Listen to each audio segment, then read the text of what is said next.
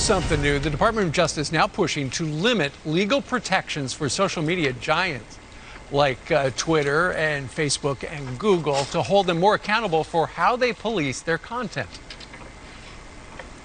Well, this as Google is accused of targeting conservative sites and threatening to cut their ad revenue. Move our next guest calls political. Ainsley. Yeah, that's right. Texas GOP Senator Ted Cruz chairs a Senate subcommittee with oversight of constitutional rights, and he joins us now with more. Good morning to you. Good morning. Always good to be with you. Always nice to have you, Senator. So I know you sent a letter to the head of Google. Why did you do that, and what did it say? Well, this week, Google made a dramatic decision. They decided to target a conservative media outlet called The Federalist, and they threatened to demonetize them, which is truly an Orwellian word. It means cut off their ad revenue and basically try to bankrupt them. And they were very opaque as to why they were doing so, but eventually what they said is there were some comments on their website, not the articles the journalists had written, but some comments that third parties had put there that they deemed offensive.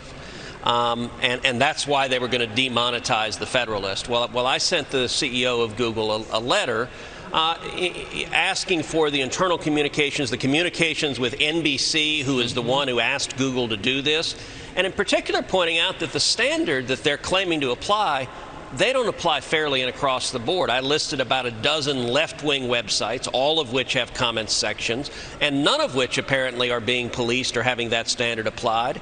And in particular, YouTube, which Google wholly owns, it's a wholly owned subsidiary.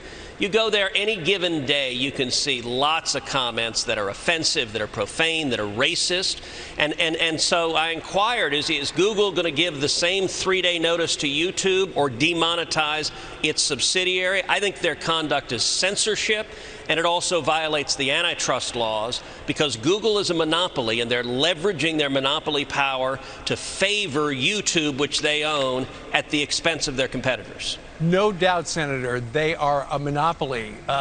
You know, a majority of Americans use that as a search engine. But at the same time, Congress gave them that Section 230 that gives them special immunity so that where they say, look, you're not a publisher, but now they're acting like a publisher. And so you can't have it both ways.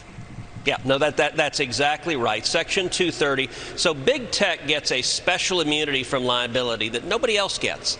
And the reason they get it is that Congress believed they would be neutral public fora. In other words, they would allow people to post, and it'd be third parties, and it wasn't fair to hold them liable for what other third parties said. Ironically, that's what Google is attacking the Federalist for doing, is what the internet was supposed to be, an open public forum.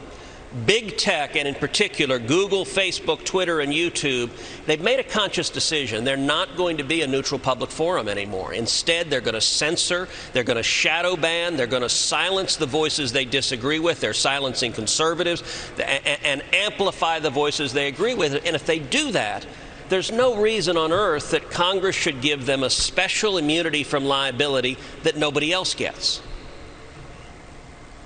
Senator, I got to move you to some breaking news you may have gotten as you walked up to our spot to do this live interview, but we have just found out about the jobless claims, and 1.5 million Americans have been laid off and are seeking jobless funds for that, obviously unemployment insurance.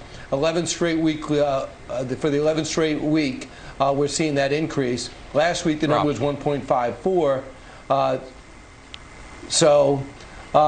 We have 45 million people who have now lost their jobs. What's your thought on that, and how much does that extra $600 have to do with that number that continues to go up? Well, for the past several months, we've faced two simultaneous national disasters and crises. The first, a global health pandemic, has been enormously dangerous. It's killed over 400,000 people worldwide. It's killed over 100,000 Americans. And we're taking extraordinary steps to defeat the virus and keep people safe.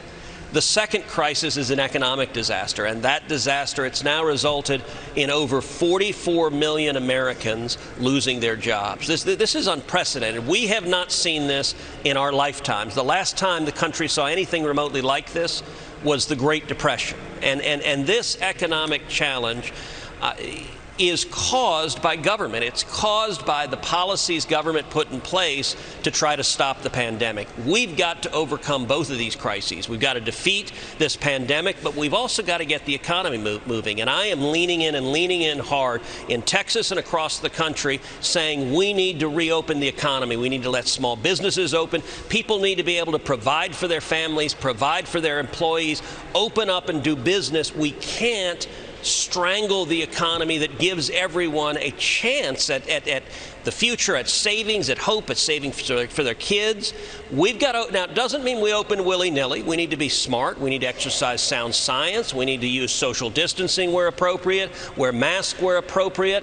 But opening up the economy, I think, is a critical national security imperative, economic imperative, and it's imperative for the millions of lives who are really, really hurting right now. So it's been reported that Tesla is eyeing Texas, Austin specifically, for their new plant. We were told a few weeks ago or a few months ago in the beginning of the pandemic that he might want to move out of California and either go to Nevada or Texas. So I know Travis County, which is the county where Austin is, had a meeting on Tuesday to discuss the incentive package. What's your reaction? I'm sure you're elated about this because it would bring a lot of jobs. Well, I'm very optimistic about Tesla. When Elon Musk expressed loudly his dissatisfaction with their headquarters in California, I immediately responded with a tweet welcoming him to Texas, pointing out we love jobs in the state of Texas. I actually followed that up by calling Elon. He and I spent about 45 minutes on the phone. I was actually taking a walk in my neighborhood and on the phone with him, and I wanted him to hear from me directly. I was walking my dog, so it's sort of an interesting strolling around, walking my dog, and Elon Musk.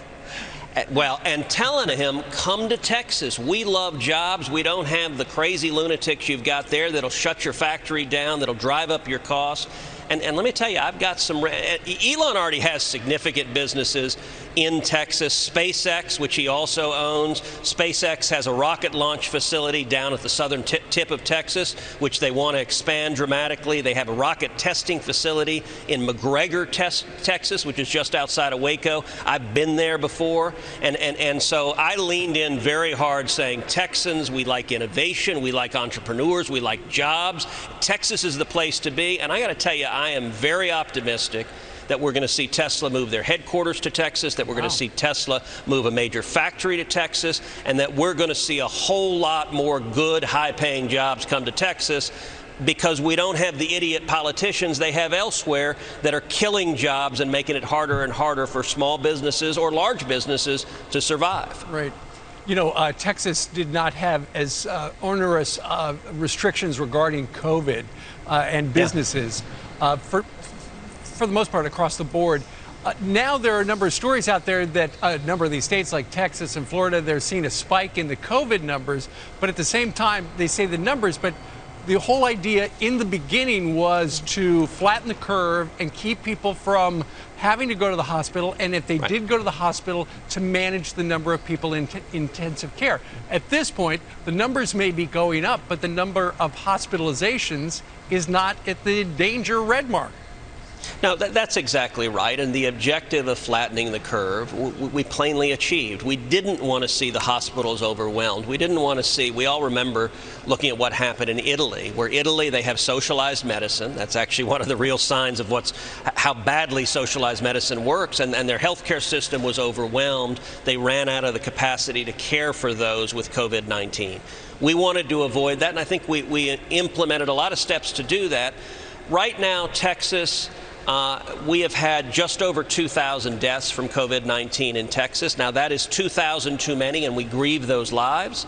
But out of 29 million people, that is keeping those numbers down significantly, and it is much, much less than many other places. You know, over half of the fatalities in the United States have unfortunately come in New York and New Jersey, in very dense urban areas. I think Texas's policies have done a better job mitigating the spread of this disease, but we're also allowing people to go back to work. That's better for jobs, too. Absolutely, and Beijing is basically shutting down now, and they were mocking us, and now they're shutting down their capital. Senator Ted Cruz, interesting times. There's so much going on. I've never remembered anything like this, and I'm sure you don't either. Thanks so much for bringing us through it. Thank you. Senator Ted Cruz, thank you. Thank you.